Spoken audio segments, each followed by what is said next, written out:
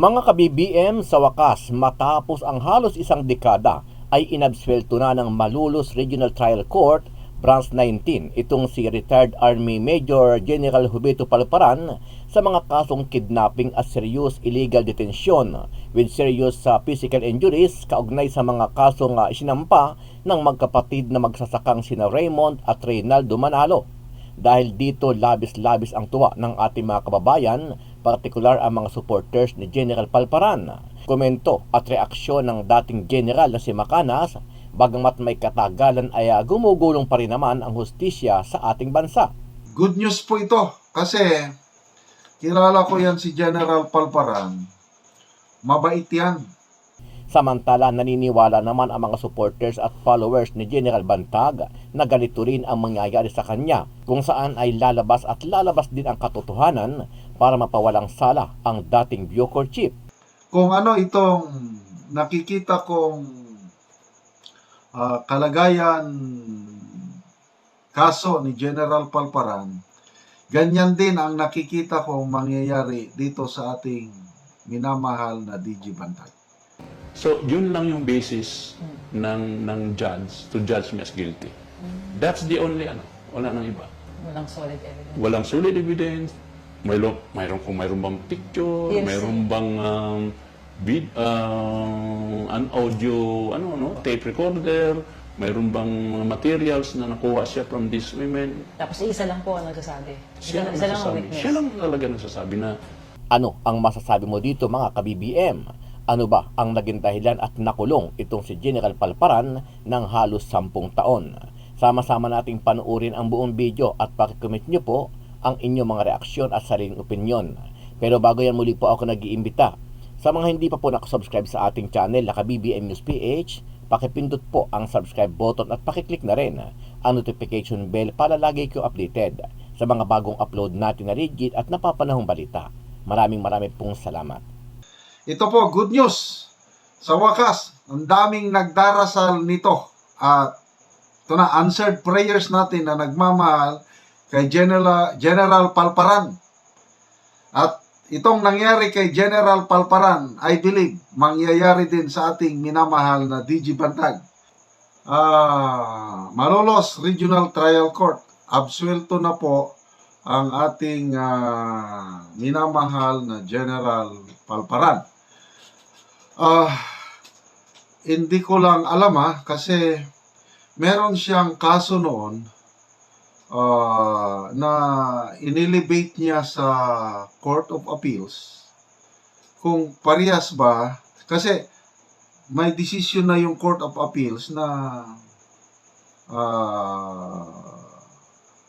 inayunan ng Court of Appeals yung decision sa lower court. So, pag-aralan ko muna, basta ako, I'm just so excited. I hope na hindi magbalita ng fake news itong Sunshine Radio. Basta ang alam kong kaso lang ni Major General Palparan, yung dalawang estudyante na nawawala serious kidnapping, illegal detention, nawawala. Yun, yung balita, absuelto siya. Inabsuelto siya ng Malolos Regional Trial Court na number 19. So, good news po ito kasi kilala ko yan si General Palparan. Mabait yan. Okay? Tinatawag lang siyang berdugo ng mga makakaliwa. Well, in a sense, kung kalaban ka ng ating bayan, talagang berdugo siya. May kakaiba siyang style sa pakikipaglaban sa mga kalaban ng bayan. But, kung ang pakikipag-relate niya sa mga sundalo, sa mga civilian, sa mga local officials, nako, super bait yan. Na-assign po ako sa Mindoro, na kung saan na-assign din si General Palparan. Kalakasan pa ng makakaliwang grupo sa Mindoro, nung dumating itong si General Palparan, nako, nabali ang kanilang spinal cord. Ibig sabihin, nabalda, halos hindi na sila makagalaw dahil kay General Palparan at dahil sa napaka-epektibo na kampanya ni General Palparan laban sa mga kaliwa. Yan, kung ano-ano na lang na issue ang ginawa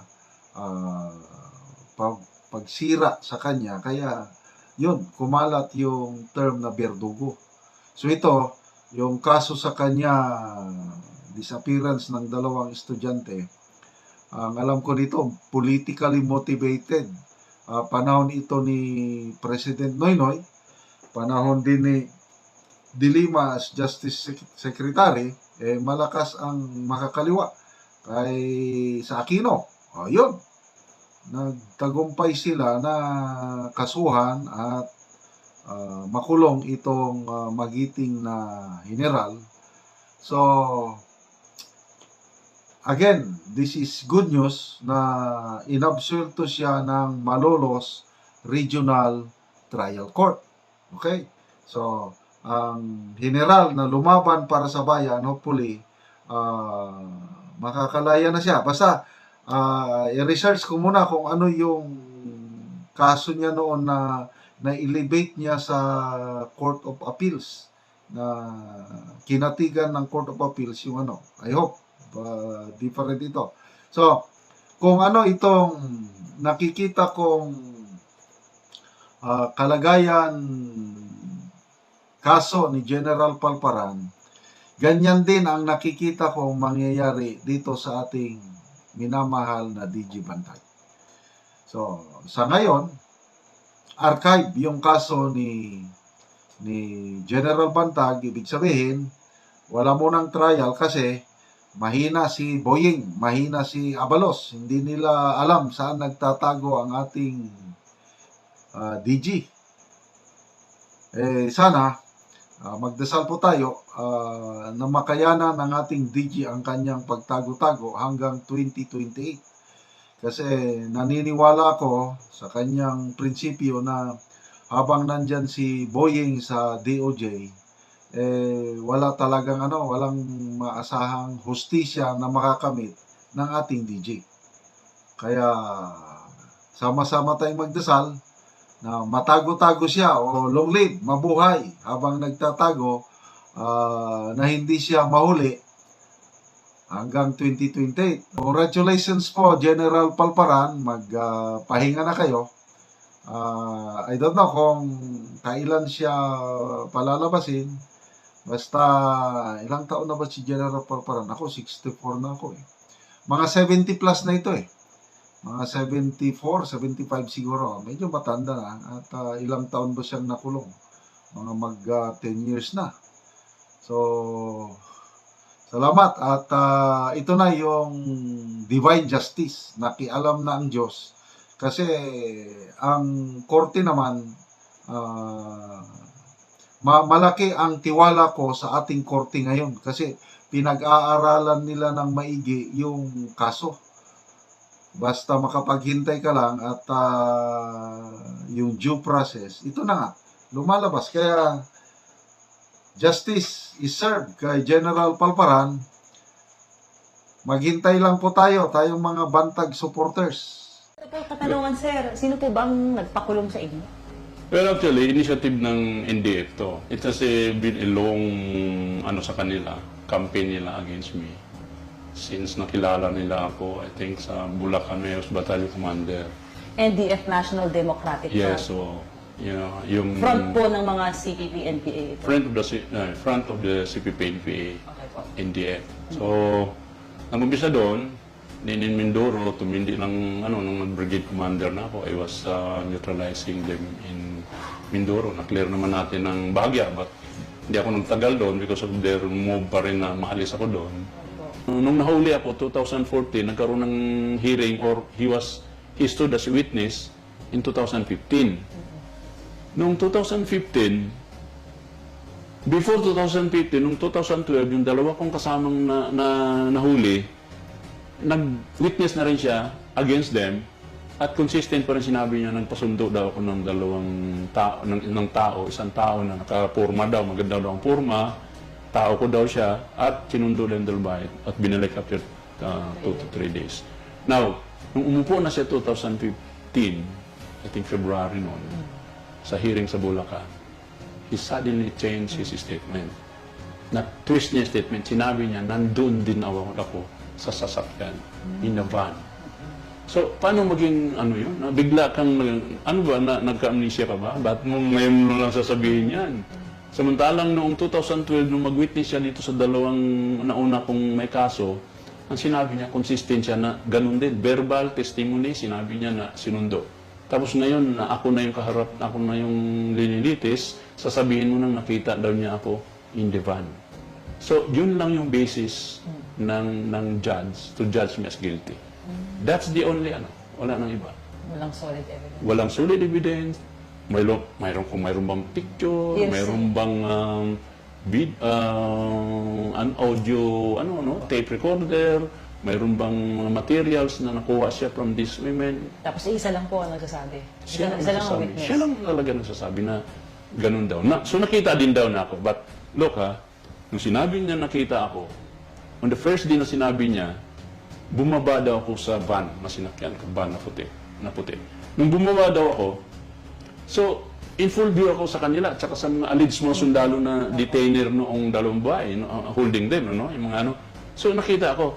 So bakit sasabihin niya ngayon, sasabihin niya na ang nagsabi ng tao na susunduin ko, completely, susunduin ako para dalhin sa akin, nandyan lang pala ako. Di ba? Tsaka bumaba ako. So kung bumaba ako, normally, sasalubong sa akin yung mga sundalo na nagtitin sa kanila, sasaludo yun.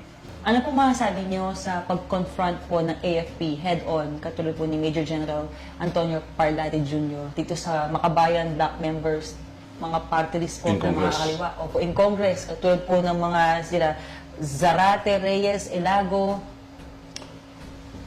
I appreciate and I admire Parlade for that. Once nagkasama rin kami minsan ni Parlade noon dito sa I think dito sa Region 4, no? Dapat lang naman, no, na gagawin yun. Pero there's a way para ma-neutralize to. Ano po? If party list lang naman yan, the government, no, through the COMELEC, tawag nito, disqualify them as party list because they are not anymore, hindi naman sila Para sa bayan. para sa alleged marginalized group, no? Hindi. Ang advocacy nila is mostly against government and they are supporting totohanan, they are supporting ang bayan muna, when I was in Mindoro and in other part of the countries na nandun ako, they are the recruitment agency, they are the training ground, no? At sila yung pagka nagkaroon ng palso, halimbawa, nagkamali yung mga NPA, sila yung tawag nun, parang reorientation area. So, organized, at sila yung recruitment as well as sila yung parang recruitment as well as reorganization. Sila yung sa kanila, nagbibigay ng administration, administering the NPA requirements. Sila yung doon din iniipon nila yung mga support nila, pinapadala nila. At marami rin sa kanilang members are collection agent. Sila yung nangungulikta sa tao.